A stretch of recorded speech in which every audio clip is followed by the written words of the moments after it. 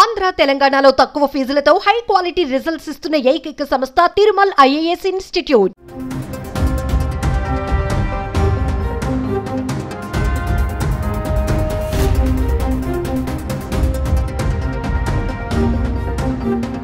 తిరుపతిలో చంద్రబాబు పర్యటిస్తున్నారు. తొక్కిసలాట పరిసర ప్రాంతాలను పరిశీలించారు. ఘటన గురించి సీఎం చంద్రబాబుకు టీటీడీ అధికారులు వివరించారు. ఈ సందర్భంగా టీటీడీ ఈవో అధికారులపై సీఎం చంద్రబాబు ఆగ్రహం వ్యక్తం చేశారు. వారితో పాటు కలెక్టర్, పోలీసు అధికారులపై సైతం మండిపడ్డారాయన. భక్తుల రద్దీ పెరుగుతుంటే టీటీడీ అధికారులు ఏం చేస్తున్నారని ప్రశ్నించారు.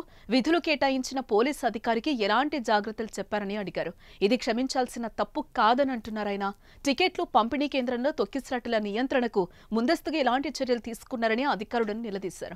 ఇంతమంది అధికార యంత్రాంగం ఉండి టికెట్ల పంపిణీ ఎందుకు సవ్యంగా చేయలేకపోయారు?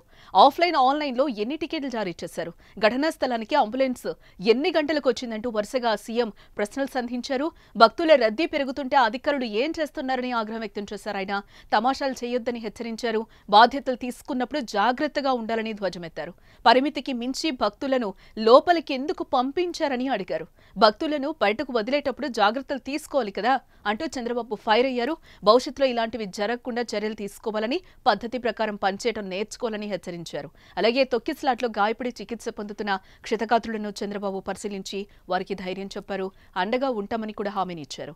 ఇప్పటికే తొక్కిసలాట ఘటనలో ప్రాణాలు కోల్పోయిన వారికి ఏపీ సర్కార్ భారీగా ఎక్స్గ్రేషన్ ప్రకటించింది.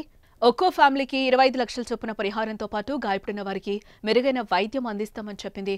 ఇక ఘటనపై చంద్రబాబు సీరియస్ యాక్షన్ కు సిద్ధమవుతున్నట్లుగా సమాచారం.